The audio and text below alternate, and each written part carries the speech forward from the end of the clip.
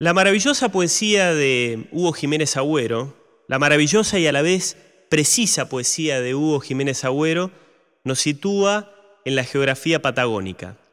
Estamos hablando de nieve, estamos hablando de temporales, estamos hablando de caminos anegados, y los caminos son sinónimos de comunicación, o sea, caminos anegados, comunicación anegada, comunicación cortada. Y allí aparece la radio. Siempre la radio. Personas que están incomunicadas entre sí y la radio que va tejiendo los puentes necesarios. Continuamos con los mensajes para el hombre de campo. Se comunica a Zenón Martínez, de Estancia La Vasca, Puesto El Tero, que en esta ciudad su esposa ha dado a luz a un hermoso varoncito. Tanto la madre como el hijo se encuentran en perfecto estado de salud. Debido al temporal, se recomienda no viajar. Repito, debido al temporal, se recomienda no viajar.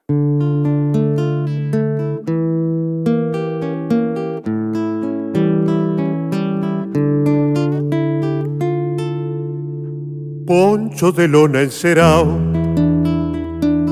no me abandones ahora,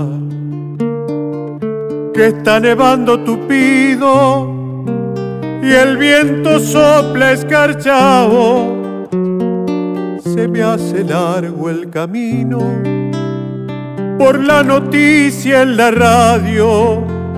Mi hijo nació en el pueblo, los dos me están esperando. Apure Zaino ese tranco mientras se vea la huella que ha llegado el hijo mío y ha llegado el hijo de ella.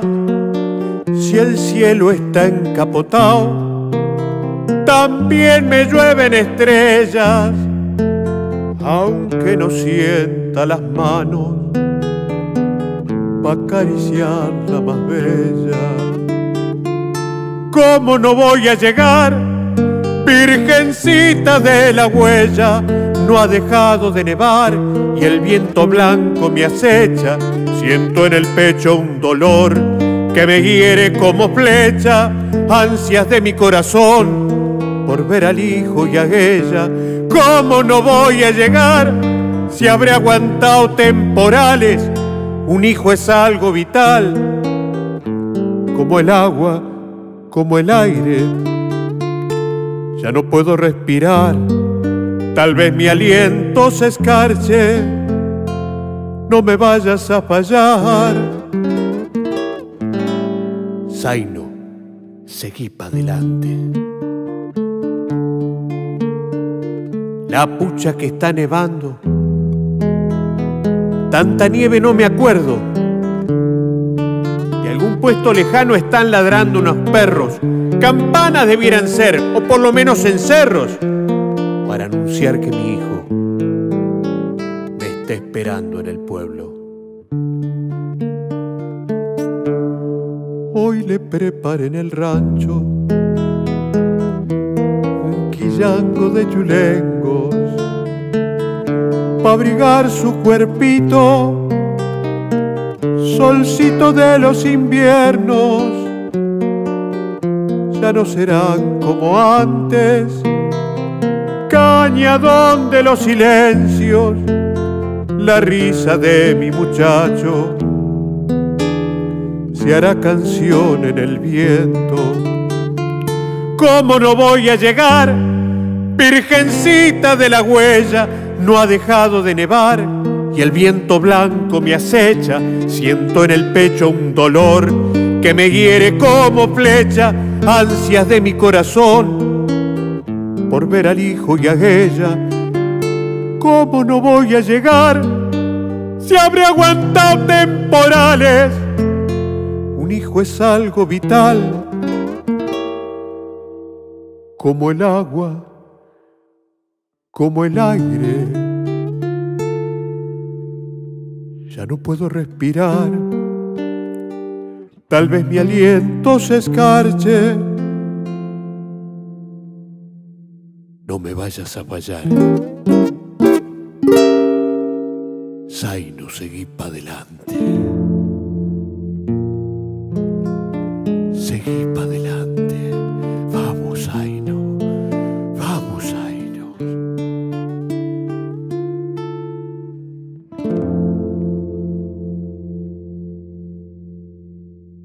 Bueno, Andrés, bienvenido a la Ruta del Artista, un lugar familiar, porque estamos aquí en Utopía Producciones, que es de tu hermano Gabriel y que siempre nos cobija, pero bueno, esta vez teníamos ganas también de cruzarte a vos. Sí, estamos en Venado Tuerto también, lugar que me vio nacer hace unos cuantos años, unos 46 años, y así que yo nací en la década del 70, una década cultural, por ahí a lo mejor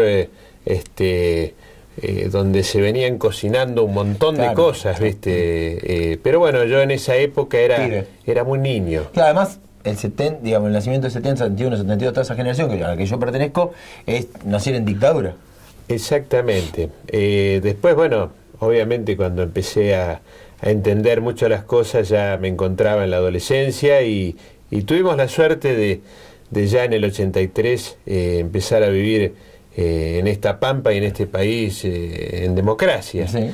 Y esas cosas a lo mejor, por ahí a lo mejor para los artistas, de alguna manera, entre comillas, nos facilitaron las cosas. ¿Por qué? Porque, bueno, el artista es eso, el artista es contarle al pueblo a través de todo el arte lo que nos está pasando. Y qué difícil que fueron para nuestros antecesores poder contar la realidad, ¿viste? Contar y cantar, ¿no? Que ahí está la clave. Exactamente.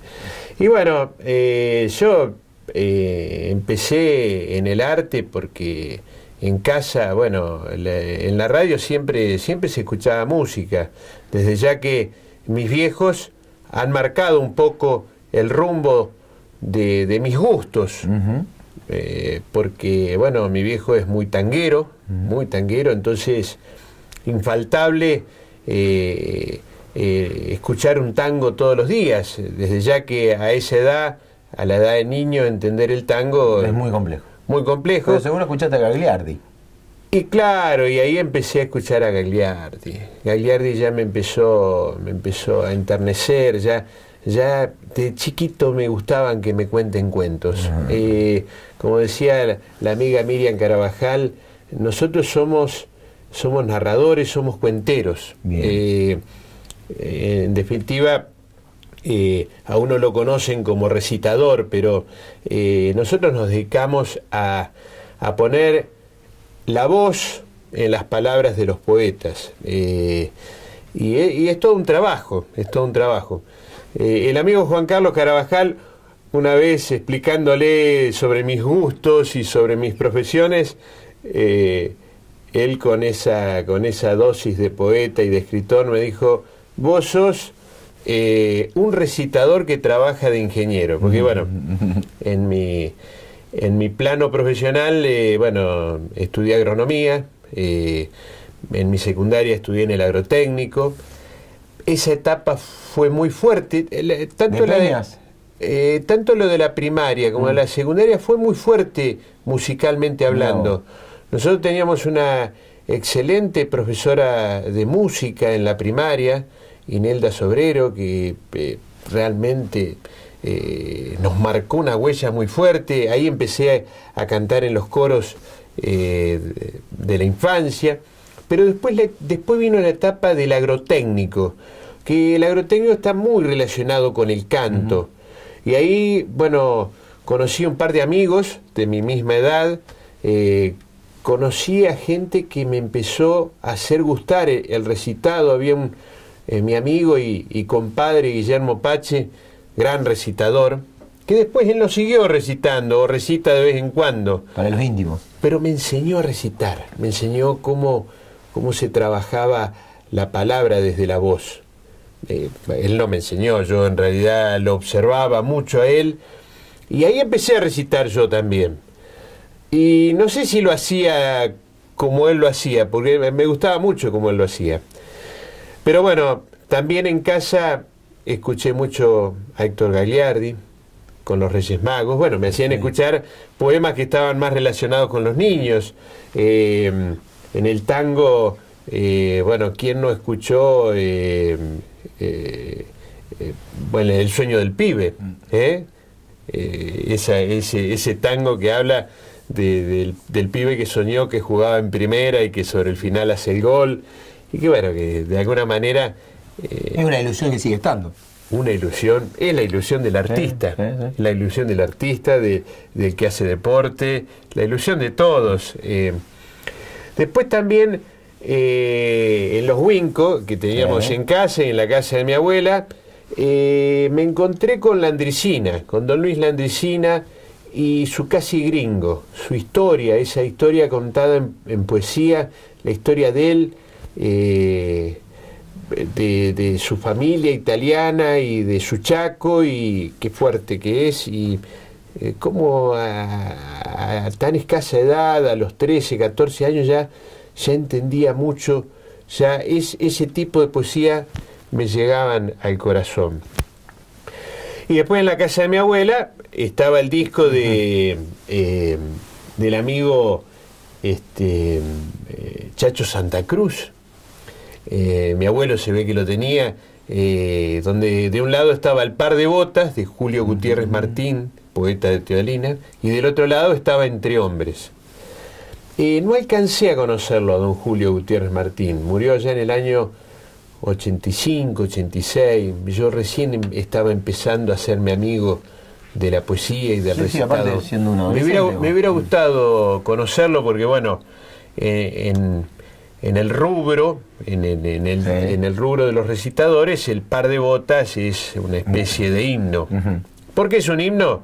Y porque es una historia tan bien contada, y también escrita. Y tan bien escrita, y que por más que la escuches cientos de veces, te va a llegar de la misma manera. Hay caminos que conducen a la música y otros, como el tuyo, es un camino particular hacia la música, porque entra por la poesía, entra por el recitado, entra por lo que hoy sos. Claro, yo me entré a descubrir de que lo mío estaba relacionado con eso, con el tema de transmitir. Es más, hace poco empecé a entender el rol del intérprete, el rol que tenemos los intérpretes, lo que no escribimos, los que... Sí, porque además estás leyendo algo que escribió otro de una manera determinada, con una carga afectiva, una carga de angustia, si se quiere también, porque las hay, que la tenés que representar vos. Sí, lo primero que uno hace es qué pensó el poeta cuando escribió esto. Seguramente, desde ya que cuando uno interpreta algo, en algún momento uno le pone su propia impronta, claro. ¿Viste? Y ahí terminás haciendo a lo mejor otra cosa, ¿viste? Pero, en definitiva, el trabajo grande que tenemos los intérpretes es hacernos amigos de los creadores, de los poetas, de los que escriben y de las cosas que escriben. Entonces, la recopilación, porque eso también empieza a formar parte de lo integral del artista. Al principio uno poema que recogía, poema que memorizaba y poema que terminaba diciendo. Después con el tiempo empecé a descubrir que algunas cosas no me gustaban, o algunas cosas, si bien estaban relacionadas con la cultura, con la historia, con lo que pasó en la historia, y que a veces a la historia se le pueden o no reprochar determinadas cosas, pero el tema de transmitir determinadas cosas que a vos no te gustan, por más que el poema le guste a todo el mundo, ¿viste? Entra en una especie de conflicto. Sí, consigo mismo, básicamente, porque no se hace piel eso en uno.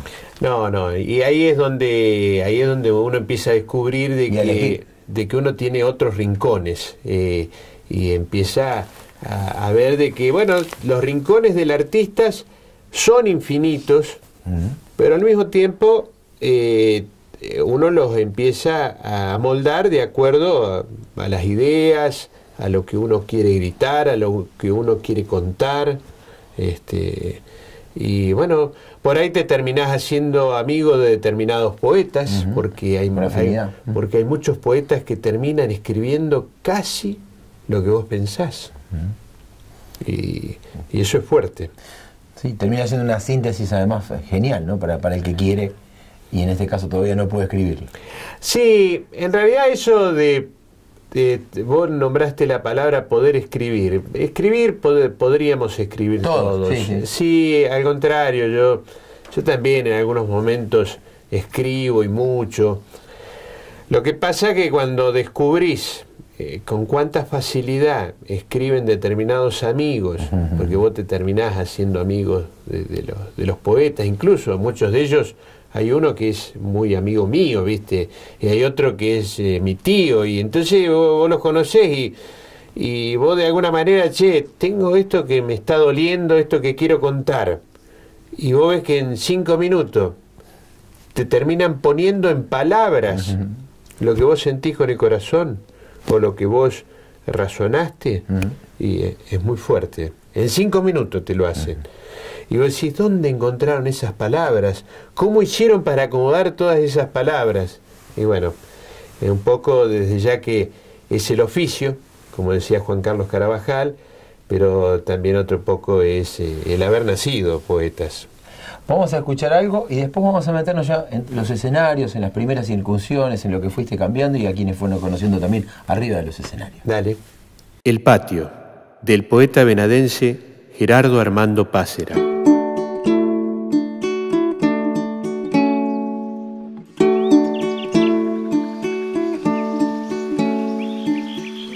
Está aquí, en el fondo de mi casa.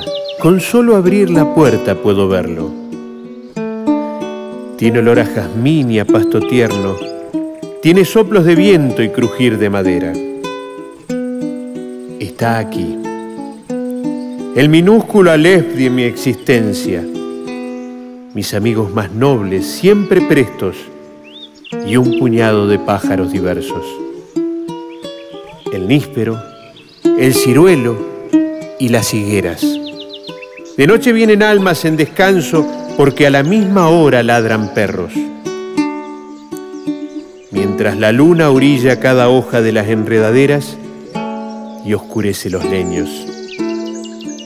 De día pasa el sol según permite el roble joven que creció en silencio. Y palomas, gorriones y cotorras, el zorzal, las calandrias, los horneros, picaflores y tordos se acomodan en un coro nostálgico y disperso. Aquí el cielo parece muy lejano y a la vez está cerca el universo. Aquí buscan y comen los insectos y las lluvias suelen mojar el suelo. Aquí nace la vida y es mi patio. Solo hay que abrir la puerta para verlo. Lógicamente, uno, a medida que atraviesa la edad y uno sale de niño a adolescente, de adolescente llega a estudiar, digamos, como en el caso tuyo también otra cosa, digamos, porque eso tenés tu oficio, uno empieza a subirse a escenarios porque es considerado un artista, empieza a encontrar gente, empieza a encontrar el desafío de mejorar, básicamente. ¿Y con qué te fuiste a encontrar? Mirá, cuando era adolescente, que atravesé la etapa de la secundaria, me empecé a encontrar con los momentos más fuertes del escenario y el público. Si bien yo ya en la primaria te había contado, habíamos actuado en el Teatro Verdi a sala llena con el coro de niños del Sagrado Corazón, y en ese momento había un grupo vocal muy bueno acá. Pero cobijado en un coro. Sí, como que no lo viví tanto. Ahora, ya cuando me encontré solo en el escenario, con el micrófono, acompañado a veces por una guitarra, empecé con los amigos. A mí me gustaba mucho todo en el tema del arte. Me gustaba el canto, me gustaba tocar la guitarra, pero no sabía. Bueno, empecé a dar mis primeros pasos. Me costaba tocar la guitarra y cantar al mismo tiempo. Entonces, bueno, ahí agarré y aproveché y ya estaba armado el grupo folclórico del colegio. Entonces, bueno, medio que al principio no entraba, y empecé a entrar a través del recitado. Me aprendí 2 o 3 poemas. Para que te acompañen. para que me acompañen y yo participar de esas salidas. Desde ya que el artista tiene que encontrarse con el público, es una alimentación recíproca. Lo que vos le entregás... tiene que devolverlo de alguna manera. Sí, sí. A veces se devuelve en el acto a través del aplauso o a través de la no aceptación de lo que hiciste. La idea es que no suceda eso, pero bueno, no siempre... También está la mirada, ¿no? Uno lo va viendo. Bueno, me empecé... yo al principio... ¿cómo les pasa a todo? Tenía muchos nervios. O sea, subía al escenario y tenía nervios. Bueno, los nervios que tiene cualquier persona que se expone. Sí, sí, y en el recitado eso se puede traducir. Y vos sabés que ese fue mi primer obstáculo a superar. A mí me gustaba mucho poder decir poesías. Sabía que había algo que me comunicaba muy bien con el público, pero me ponía muy nervioso. Y yo lo había tomado como algo natural. Es más, hasta había naturalizado el tema de que, bueno, que como que toda la canción o como que todo el poema tenía que salir con nervios, ¿viste? De un tirón. De un tirón. Después, no sé qué pasó, ¿viste? Tomé una decisión. Andrés, o lo disfrutás o esto no lo vas a padecer. O lo vas a padecer siempre. Sí, y ya cuando algo te das cuenta que lo estás padeciendo siempre, deja de disfrutarse. Entonces, el famoso perder el miedo escénico. Bueno, eso tiene que ver con cuánto vos ensayás las cosas. O sea, más ensayás, más seguridad te da. Más seguridad te da. Pero ¿qué pasa? Empecé a descubrir de que, claro, vos ensayás mucho y en el escenario te sale mejor. Porque, bueno, está el alma del escenario. Y además está el momento esperado. Uno ensaya para ese momento, no ensaya simplemente para mejorar. Ensaya para llegar a ese momento. Y entonces dije, pucha, esto hay que disfrutarlo. Hay que disfrutarlo con ellos. Y que ellos sepan que forman parte de lo que yo estoy haciendo. En realidad el artista creo que es eso. Si vos empezás a definir, cuando vos estás haciendo algo, lo estamos haciendo entre todos. Claro. Porque si no hay esa comunicación, no se crea ese lazo entre el artista y el público, pasa a ser como que vos arrojás algo ahí y bueno, el que lo tomó y el que no. Pero la mirada tiene mucho que ver. Me empezó a gustar mucho a mirar la gente mientras uno va diciendo las cosas y la mirada me ayudó a que el público se compenetre con lo que vos estás haciendo. Porque ahí hay una afirmación. Sí. Me parece a mí que en esa mirada está la afirmación del otro, que te estoy escuchando y encima me estás conmoviendo. Es más, y para poder atraer a alguno que estaba distraído, no hay nada mejor que una mirada. Y el primer encuentro de la mirada que lo tuve una vez que nos invitaron a cantar entregaban al mejor amigo, al mejor compañero. Calculá, eran en el centro cultural, eran todos chicos de cuarto y quinto año. Y vos decís, entregarle un poema, y encima en ese momento yo me dedicaba a poemas gauchescos. Bueno, me invitaron a eso. Yo digo, esto...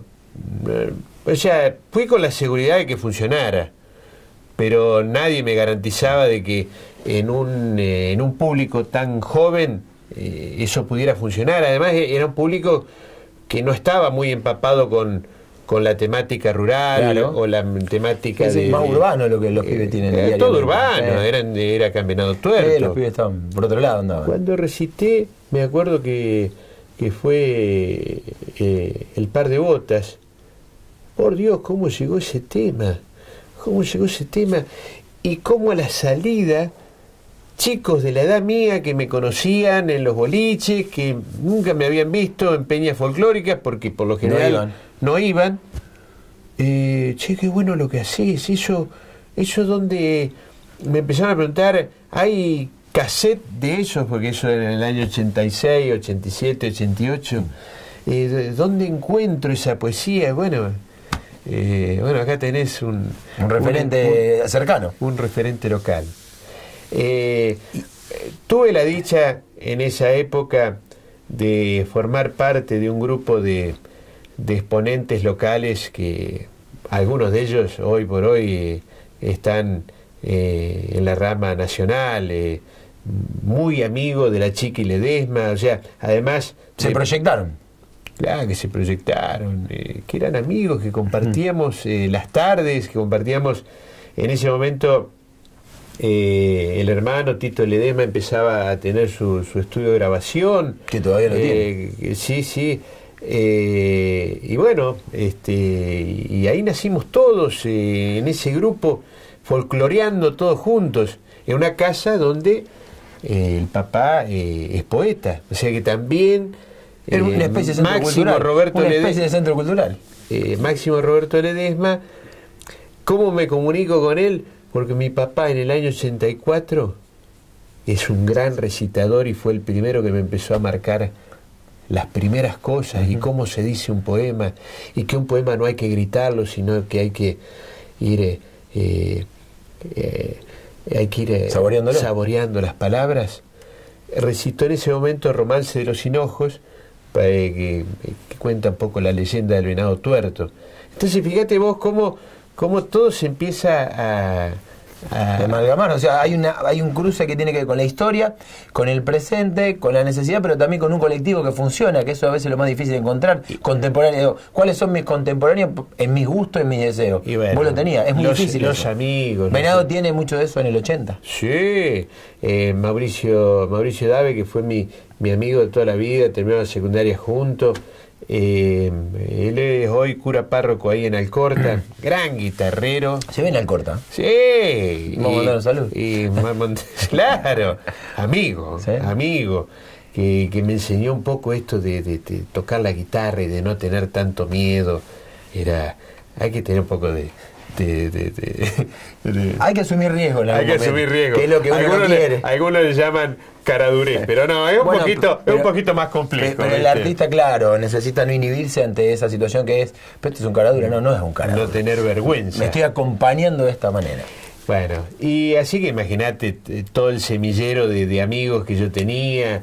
No me quiero olvidar de nadie, Marcelo Astigarraga, de todos los amigos de allá de la escuela que me ayudaron y me acompañaron. Y entonces, bueno, había que... Fíjate vos, el recitado es una cosa que se puede meter fácilmente en todos los ambientes. Es más, hasta a veces mucho más sencillo que una canción, desde ya que la guitarra también, por supuesto. Pero terminaba una cena, por ejemplo, en determinado lugar, che, Andrés, recitate un poema. Había que recitar en un ambiente donde no todo el mundo estaba compenetrado, donde estaban todos distraídos por el fragor del asado. Sí, sí. Y he recitado en lugares donde, ¿qué? Miércoles, había que generar una previa, generar el clima, ser escuchado y ser respetado. Sí, además, es un proceso, como ¿no? verás, la mayoría de los poemas que se recitan están relacionados con los sentimientos, y especialmente con momentos muy sentidos, algunos muy tristes, algunos sentidos, que no son tristes, porque mucha gente me dice, che, me hizo llorar, qué poema triste. No, ¿terminó mal o terminó bien? No, terminó re bien, pero me hizo llorar. No, y bueno, pasa que a lo mejor andás a ver a dónde te mandó vos, que lo estabas escuchando, que claro, me mandó atrás, a mi vida, a mi viejo. No, claro, Ese es el problema. Las palabras de los poetas te llevan. Es más, vos decís el poema, qué es lo que agarró cada persona del poema no sabés. ¿No? Y es más, y a lo largo del tiempo, después de 10 años, che, me acuerdo cuando de ese poema me quedó tal cosa, ¿viste? Y bueno. A vos te tocó ser pibe, joven, adolescente joven, y tener. ¿Los pibes de hoy tienen?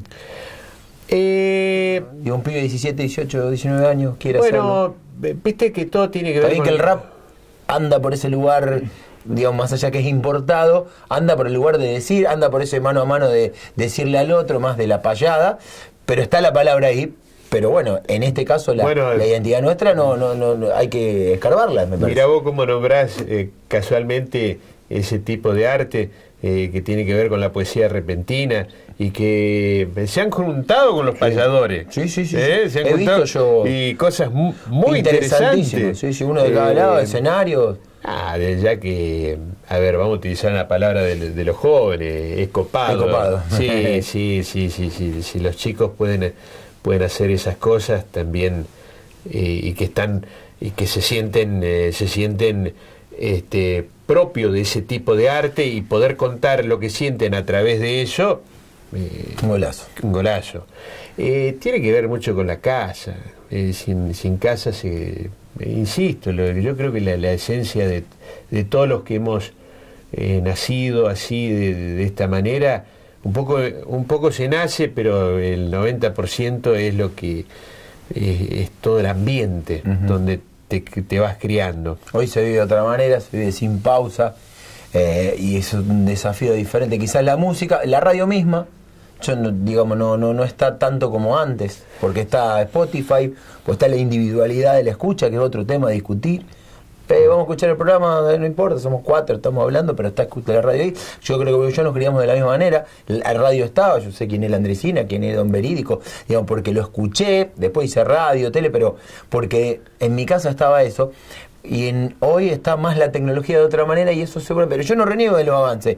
El tema es cómo le encontramos la vuelta a los desafíos de seguir haciendo arte.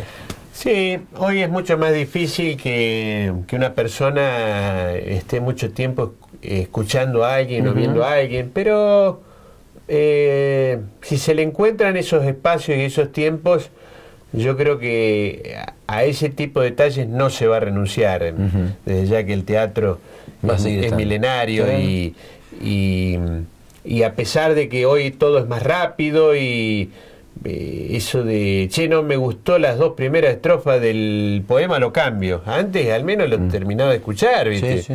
Ese es el tema. Porque a lo mejor con las 2 primeras estrofas no te decía nada, pero tenés que esperar hasta el final, como cualquier cosa. Claro, y no, hoy ¿viste? Te cambian. Ahí está, es una buena síntesis la que haces. No es que no quieran, sino que lo inmediato no da lugar a lo completo. No. Entonces, tac. Y bueno, estamos en esa lucha. Es una lucha que tenemos los artistas del comienzo del siglo XXI, que hemos transitado el final del siglo XX. Vamos a escuchar algo más. Un día yo pregunté: abuelo, ¿dónde está Dios? Mi abuelo se puso triste y nada me respondió. Mi abuelo murió en los campos sin rezo ni confesión, y lo enterraron los indios, flauta de caña y tambor. Al tiempo yo pregunté: Padre, ¿qué sabes de Dios? Mi padre se puso serio y nada me respondió. Mi padre murió en la mina, sin doctor ni protección, color de sangre minera. Tiene el oro del patrón. Mi hermano vive en los montes y no conoce una flor. Sudor, malaria, serpiente, la vida del leñador. Y que nadie le pregunte si sabe dónde está Dios. Por su casa no ha pasado tan importante Señor. Yo canto por los caminos y cuando estoy en prisión oigo las voces del pueblo que canta mejor que yo. Hay un asunto en la tierra más importante que Dios, y es que nadie escupa sangre para que otro viva mejor. ¿Que Dios vela por los pobres? Tal vez sí, tal vez no, pero es seguro que almuerza en la mesa del patrón. Uno va escuchándote, uno va conociéndote, y también vos vas traduciendo esta idea de yo sigo mejorando, yo sigo estando en movimiento. Tuve mis referencias, que las seguís teniendo, pero es como que está bueno no estar completo. Sí, ese es el detalle de toda persona que está dedicada a esto, está en este camino. Primero, seguir cultivándose como artista, a lo mejor incorporar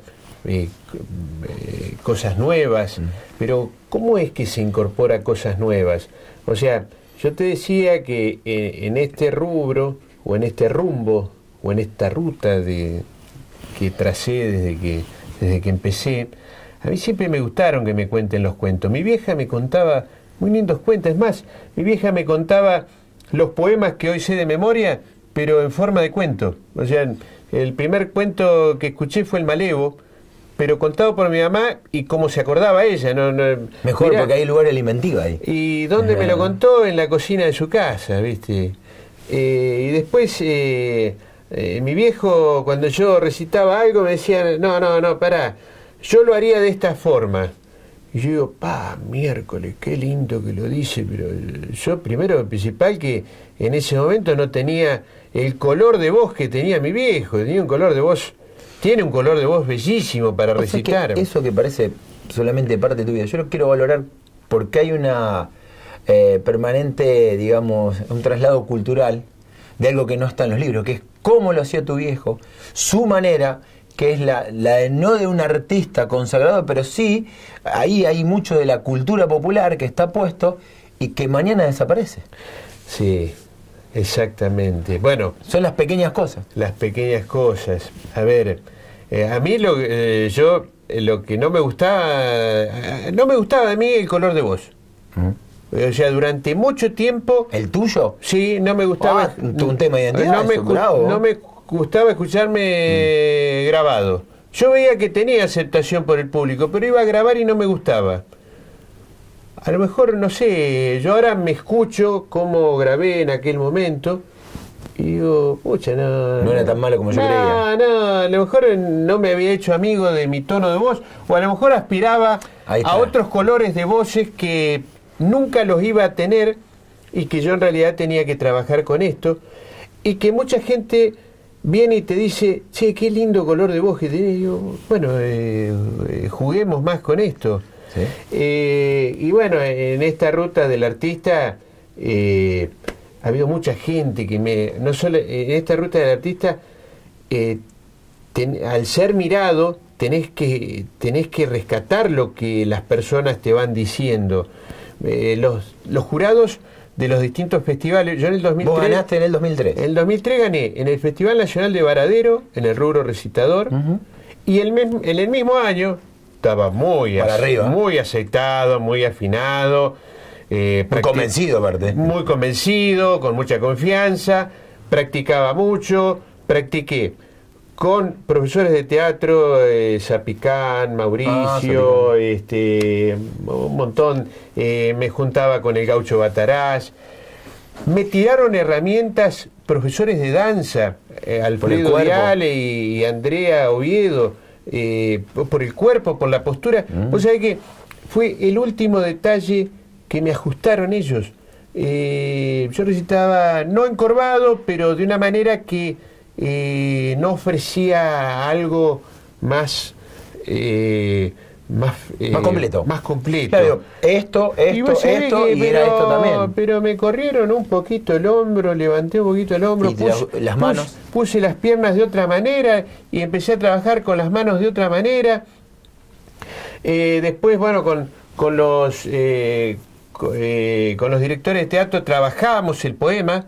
Lo trabajábamos todo el poema, qué quería decir el poeta. Entonces, al estar convencido, cambié un montón de cosas. Me aparté del grito, que eso me ayudó a encontrarme en otra forma de decir. Yo en ese momento, acá había un recitador en Venado, poeta, que se sabía todas las poesías, Juan Carlos Cachurri, que en ese momento él decía que era decidor y yo recitador. Me encantaba cómo decía los poemas. Yo un poco me fui transformando en los decidores. Trato de directamente, si voy a declamar, no acercarme al grito, sino a una palabra firme. Claro, hasta una palabra firme doy. No quiere decir que no lo estés diciendo. Pero habrás visto de que hay modelos de muchos recitadores que gritan y que eso a determinado tipo de público los convence y, más festivales sí, o el gritar, viste, una cosa de... Yo trato de llegar con la poesía a través de otra forma que fui aprendiendo de toda esta gente que te nombré. Miriam Carabajal también, yo le escuché recitar un montón de veces, lo escuché a mi tío Gerardo, a mi viejo. Después también a través de ello fui mejorando el color de la voz, mejorando la musicalidad, antes mejorando las pausas. Antes los poemas yo los hacía muy largos, me tomaba todo el tiempo del mundo. Después descubrí que radialmente y televisivamente muchos poemas no me entraban, porque si vas a hacer un poema de 8 o 9 minutos y lo podés hacer en 5, sin que sea rapidito, sino que tenga musicalidad, eso me enseñó mucho Baradero. Baradero nos decía, en el reglamento decía, el poema tiene que durar 5 minutos. Ay, te obligó, te ajustó. 6 minutos. Te ajustó, pero te enseñó. Y todos pegaban el grito del cielo, no, los poemas duran 8. Hasta que uno de los compañeros que competían decía, no, si el reglamento dice 6, uno tiene que agarrar un poema que sea de 6 minutos. Y había otros que competían, decían, ¿y cómo sé si va a durar 6 o no? Y tenés que saberlo, tenés que saberlo. Porque dice, si a vos te invitan a un programa de radio y te dicen, tenés 3 minutos, tenés que elegir un poema de 3 minutos. Y tenés que saber cuál es. Bueno, pero para eso está el ensayo, para eso tenés que incorporar todas esas herramientas, tenés que llegar al público. El público tiene que sentirse como que también él lo está diciendo al poema. Te va acompañando. Sí, a pesar de que tiene que ser una especie de comunión, de como que vos estás sentado con él en la mesa, sin apartarte de la voz, de la ceremoniosidad, de todos los detalles que es la prolijidad que uno también propone. Pero sí que sea amigo, que convenza, que sea una especie de... Yo creo que hay una palabra que está justa, que es uno busca encantar con eso. Uno busca encantar. Está encantando, digamos, de alguna manera, ¿viste? Es como que, bueno, los tengo ahí, los abrazo y los suelto en el final. Exactamente. Hay mucho de eso que la radio, para lo que hacemos radio, está más cobijada, porque no se ve la cara, porque lo hace uno más suelto, más descontracturado, pero en el ida y vuelta, digo, claro, no es lo mismo recitarlo en radio, no es lo mismo en tele, que en un escenario con un auditorio determinado. Y otra de las cosas que te quería decir antes de terminar la nota y de saludar a toda la gente que te escucha en toda la zona, porque he recorrido todos los pueblos a donde sale el programa. Sí. Es más, si quieren invitarme, estoy a disposición, por supuesto. Llegaremos a esos lugares con el canto, con la poesía.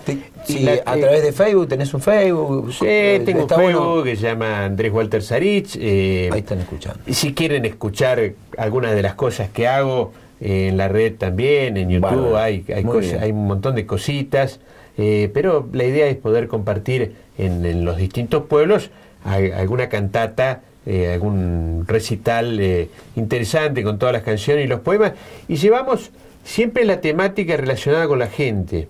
Yo soy ingeniero agrónomo, también soy docente, así que en el día a día de mi trabajo tenemos mucho contacto con los niños, con la gente grande, con los compañeros de trabajo.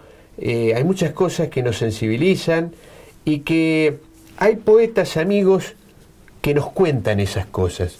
Porque he descubierto en todo este tiempo que el corazón es el que nos marca el paso de los sentimientos. Cuando uno está sintiendo algo, tristeza o alegría o amor, late más fuerte, late de otra manera, pero a veces nosotros no podemos poner en palabras lo que está sintiendo el corazón, y estos amigos, escritores, estos poetas escriben muy bien y salimos a contar esas cosas. Es más, salimos a contar que el hombre tiene que hacerse amigo de los recursos naturales, que no tiene que los recursos naturales no tenemos que usarlo nosotros solos, sino nuestras generaciones. Durante miles y miles de años se han usado los recursos y recursos que tienen que llegar a nuestros hijos, a nuestros nietos, y nosotros los estamos usando de manera irracional. Entonces, como artistas también no solamente le cantamos al amor, sino a la lucha del día a día que libramos en nuestros lugares, en nuestra zona, en nuestro pueblo, en nuestro país y también en el mundo, por supuesto. Y el camino del artista no se termina nunca. Me faltaría incorporarle el baile, que no estoy lejos. Hace 6 años que soy jurado del Festival de la Borde, donde me vio ganar allá en el 2003. La gente de la comisión confió en mí que evaluara a mis colegas recitadores. Y realmente hoy en la Borde también se habla de recitado. Además de hablarse de malambo, hemos crecido mucho. La gente que va a participar ha crecido mucho. Tiene muy en cuenta no solamente el poema que elige, sino la forma como lo dice.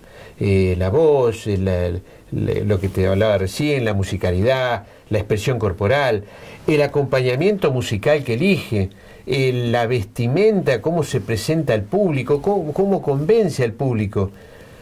Y si bien no hay muchos jóvenes, al joven le gusta mucho la poesía. Cuando el joven escucha a los mayores, yo en la escuela donde doy, les encantan los poemas, pero tenés que hincharlo, Dale, decime este, decime el otro. Para la semana que viene aprendeme este. Para la semana que viene aprendete uno relacionado con este tema. A vos que te gusta el tema este. Entonces, estamos en contacto con los jóvenes, así como hicieron conmigo. También cultivando todos este arte en los jóvenes. El sur de la provincia tiene quien siga diciendo, quien va a seguir diciendo cosas. Ustedes lo pueden cruzar. Nosotros hemos cruzado a Andrés aquí en el estudio de Gabriel en Utopía Producciones y ha sido un enorme placer. Bueno, agradezco a Gabriel que nos haya prestado este espacio y un saludo enorme y un abrazo enorme a toda la región. Y yo salgo, así que si me invitan, iré.